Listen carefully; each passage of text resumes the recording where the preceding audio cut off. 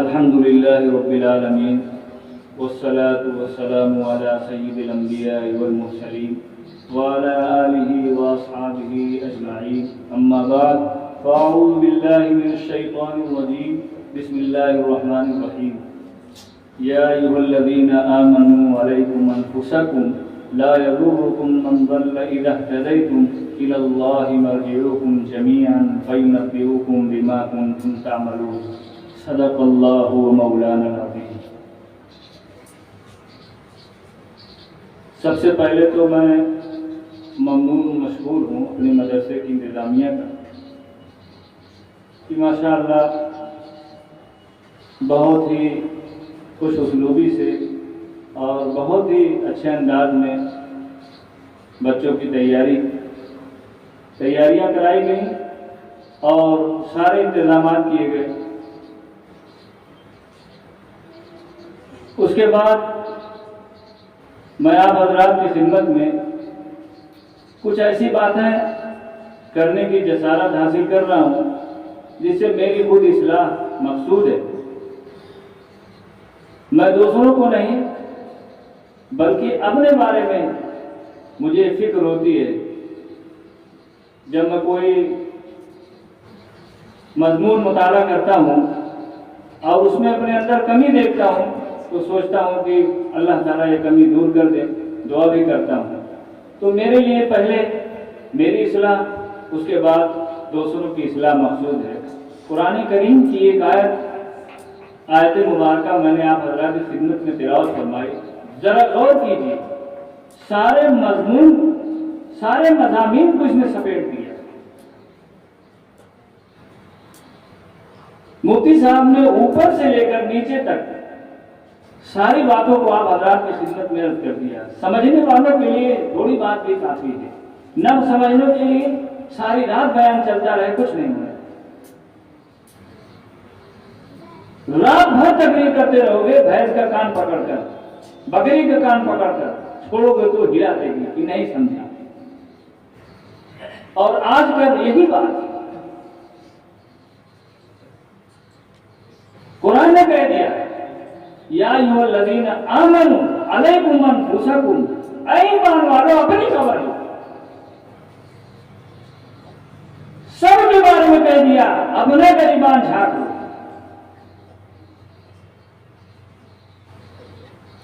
اپنے اندر دیکھو، لا یضرکم من ضل اذا اهتدیتم، اگر تم راہ راست پر آ گئے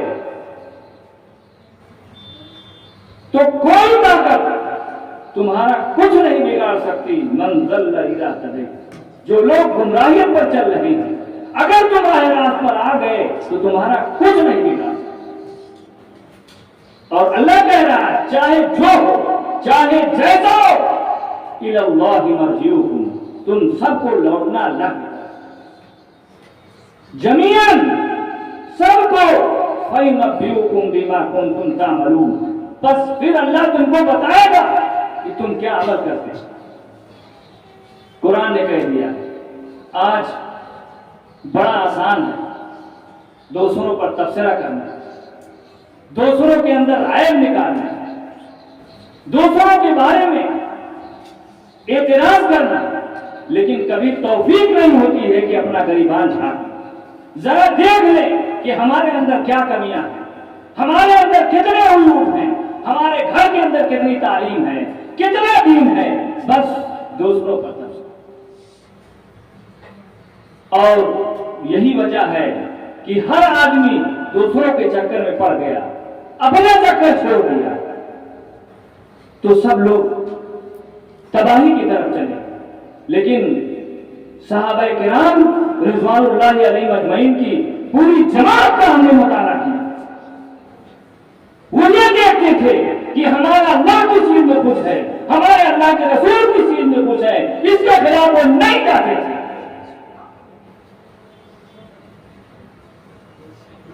ان کے اندر رضا الہی مقصود ہوتی تھی تو ان کے دل کا جو جذبہ ہوتا تھا اس کی ایک تاثیر ہوتی تھی جس کے بارے میں علامہ اقبال نے کہا ہے، دل سے جو بات نکلتی اثر رکھتی ہے، پر نہیں طاقت پرواز مگر رکھتی ہے، خصوصی الاصل ہے رفات پر نظر رکھتی ہے، خاص سے اٹھتی ہے گردوں پر گزر رکھتی ہے، انہی کے بارے میں یہ اشعار زیب دیتے ہیں۔ لیکن آج ہم اپنے اسلاف کی، اپنے اکابر کی تاریخ کو پڑھتے ہیں لیکن ان کی روحانیت سے بالکل ناواقف ہیں۔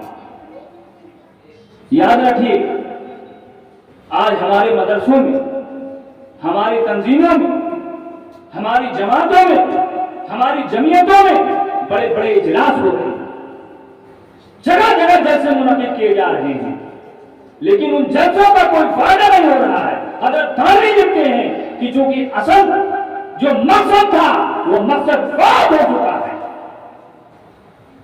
آج کیا ہے؟ بڑے بڑے جلسے ہو رہے ہیں، فراہمی چندہ، اپنی کارگزاری بڑے بڑے بانوں پر، بڑے بڑے پوسٹوں پر اپنا نام دیا جا رہا ہے۔ حضرت اقدس، حضرت مولانا، وہ ناظم اعلیٰ، وہ کیا کیا؟ اللہ اکبر۔ میں اپنی بات کر رہا ہوں کہ اللہ ہم لوگوں کو سمجھ عطا فرمائے، ورنہ کشتی ڈوب جائے گی۔ گواہ دی ہم نے جو اسلاف سے میراث پائی تھی، گواہ دی ہم نے جو اسلاف سے میراث پائی تھی، سوریا سے زمین پر آسمان نے ہم کو طے مارا۔ کہاں تھے؟ کہاں تھے ہم؟ کہاں چلے آئے؟ میری کشتی وہیں ڈوبی جہاں پانی کم ہے۔ اتنی مسلمان کی آبادی، اتنی زیادہ آبادی، لیکن آج جہاں نظر اڑاتے ہیں تو مسلمان دبے نظر آتے ہیں۔ تو آپ صلی اللہ علیہ وسلم کے فرمان پر جب غور کرتے ہیں تو افسوس ہوتا ہے۔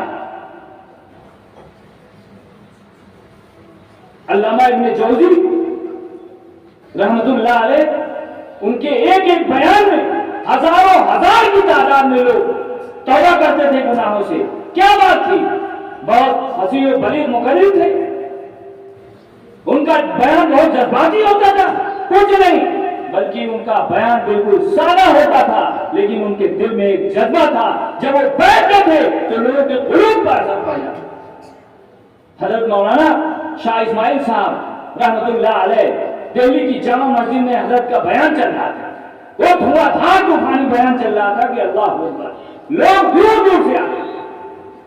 یہ دیہاتی بھاگا ہوا آیا اور حضرت بیان کر کے اپنی سیڑھی سے اتر گئے۔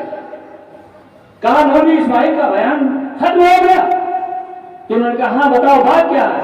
کہا میں بڑی دور سے آ رہا ہوں مولوی اسماعیل کا بیان سننے کے لیے۔ حضرت نے کہا گھبرانے کی کوئی بات نہیں، جو بیان حضرت نے لاکھوں کی مجمع کے سامنے کیا تھا وہی بیان بیٹھ کر اس سیڑھی پر اس دیہاتی کے سامنے دوہرا دیا۔ لوگوں نے پوچھا کہ حضرت ایسا آپ نے کیا؟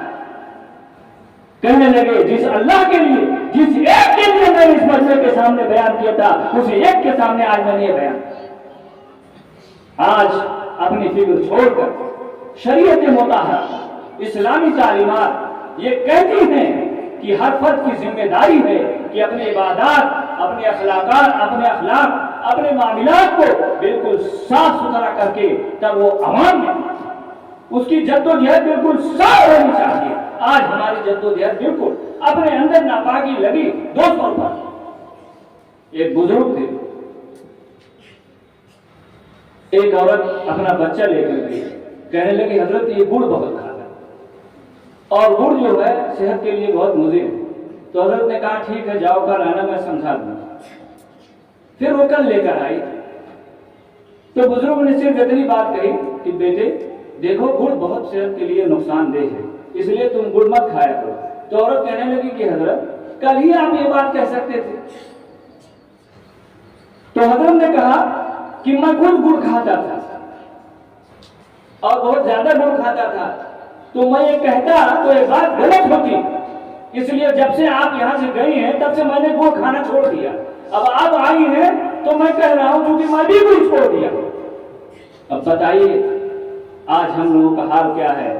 صحیح بخاری اور صحیح مسلم کی روایت ہے کہ ایک شخص کو لا کر جہنم میں پھینک دیا جائے گا اور وہ اپنے اس کی